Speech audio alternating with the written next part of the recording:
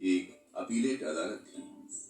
अकबर से लेकर औरंगजेब तक सभी मुगल शासक अपनी अदालती जिम्मेदारियों को बहुत संजीदगी से अदा करते थे। जहांगीर का इंसाफ तो सारी दुनिया में मशहूर है। कोई भी फरियादी किसी समय भी अपनी फरियाद लेकर जहांगीर के सामने हाजिर हो सकता था। इसके लिए उसने अपने महल में 1 घंटा लगवा रखा था, जिसमें एक 80 फीट लंबी सोने की जंजीर लगी थी, जिसका एक सिरा उसके महल में लगे घंटे से बंधा था और दूसरा यमुना तट पर लगे एक खंभे से। कोई भी फरियादी किसी भी समय उस सोने की जंजीर को खींचकर घंटा बजा सकता था और बादशाह तक अपनी फरियाद पहुंचा सकता था। बादशाह जहांगीर फौरन उसकी फरियाद सुनता था और इंसाफ करता था। औरंगजेब की मृत्यु के पश्चात मुगल साम्राज्य का पतन होने लगा। धीरे धीरे प्रांतों के गवर्नरों और फौजदारों ने अपने को स्वतंत्र शासक घोषित करना प्रारंभ कर दिया और आपराधिक मामलों में अपने नाम से ही दंड भी देने लगे। फौजदारों के इसी रवैये के कारण आज भी आपराधिक वादों को फौजदारी वादों के नाम से जाना जाता है। धीरे धीरे मुगल साम्राज्य का सूर्य अस्त होता गया और एक और दूसरे विदेशी साम्राज्य का सूर्य उदय होने लगा। ये विदेशी ताकत थी ब्रिटिश साम्राज्य की। अंग्रेज जो इस देश में व्यापार करने आए थे, अपनी चालाकी और कूटनीति के कारण धीरे धीरे इस देश के मालिक बन बैठे। अंग्रेजों ने एशिया में व्यापार करने के उद्देश्य से ईस्ट इंडिया कंपनी की शुरुआत की, जो सन 1600 ईस्वी में महारानी एलिजाबेथ प्रथम द्वारा जारी एक चार्टर द्वारा स्थापित की गई थी। मुगल शासकों की अनुमति से अंग्रेजों ने सबसे पहले सूरत में अपने पैर जमाए, फिर मद्रास, कलकत्ता और बंबई में अपनी फैक्ट्रियां स्थापित की। आंतरिक कला का लाभ उठाकर वो धीरे धीरे अपनी शक्तियों का विस्तार करते गए और भारत को दास्ता की जंजीरों में जकड़ते गए।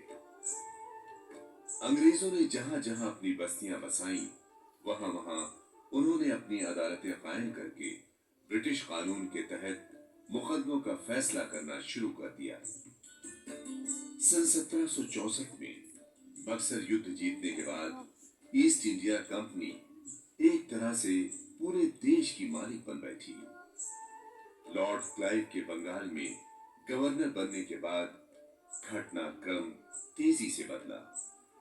उसने अपने कौशल और कूटनीति से मुगल बादशाह शाह आलम से सन 1765 में बंगाल, बिहार और उड़ीसा की दीवानी हासिल कर ली, जिससे बंगाल में दोहरी शासन व्यवस्था कायम हो गई।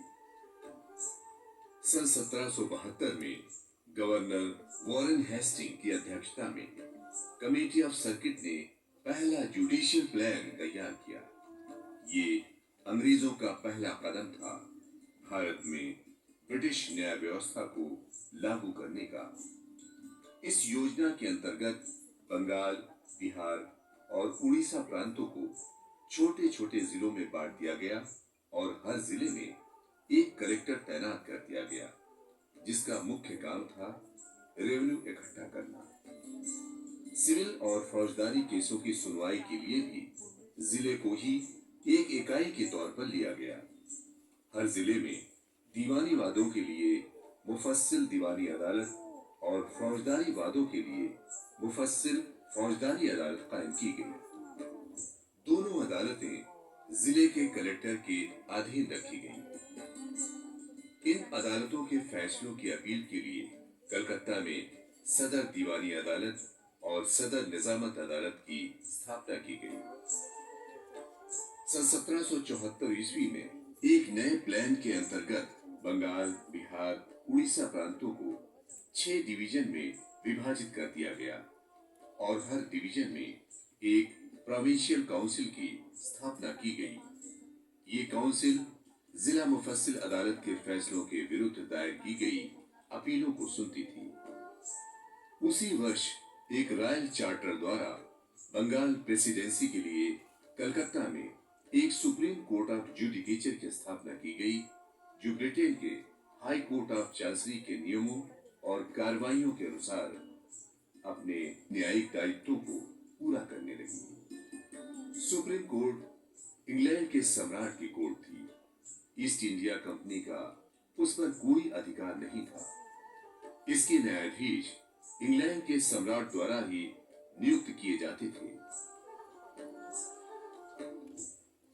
सर एलिजा एम्पे को, जो कि इंग्लैंड में बैरिस्टर थे, सुप्रीम कोर्ट का पहला चीफ जस्टिस नियुक्त किया गया। सुप्रीम कोर्ट फौजदारी मामलों में इंग्लिश क्रिमिनल लॉ के अनुसार ही फैसला करती थी। मुस्लिम पर्सनल लॉ और हिंदू पर्सनल लॉ के अंतर्गत वादों के निस्तारण की व्यवस्था वॉरेन हेस्टिंग ने सन 1772 में ही कर दिया था। सर इम्पे ने भारत के पहले सिविल कोड को तैयार करने में अहम भूमिका निभाई। उनके प्रयासों से सन 1781 में पहला सिविल कोड लागू किया गया।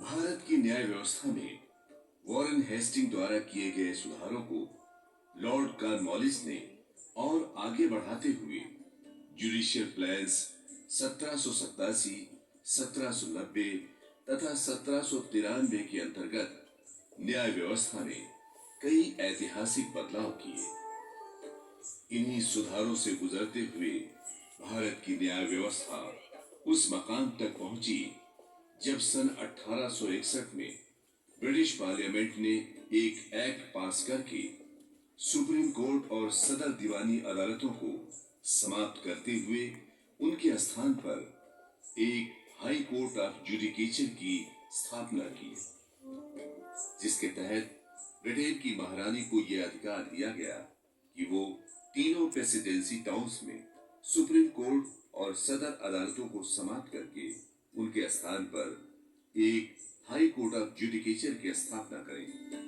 इसके अतिरिक्त महारानी को लेटर्स पेटेंट द्वारा उन जगहों पर भी हाई कोर्ट स्थापित करने का अधिकार दिया गया जो दूसरे हाई कोर्ट के अधीन नहीं थी। महारानी विक्टोरिया ने एक लेटर्स पेटेंट जारी करके 17 मार्च 1866 को नॉर्थ वेस्टर्न प्रोविंसेस के लिए एक हाई कोर्ट ऑफ जुडिकेचर की स्थापना की। इसी लेटर्स पेटेंट में इस हाई कोर्ट के चीफ जस्टिस और 5 अन्य जजों के नाम दर्ज थे। ये थे chief justice sir Walter Morgan,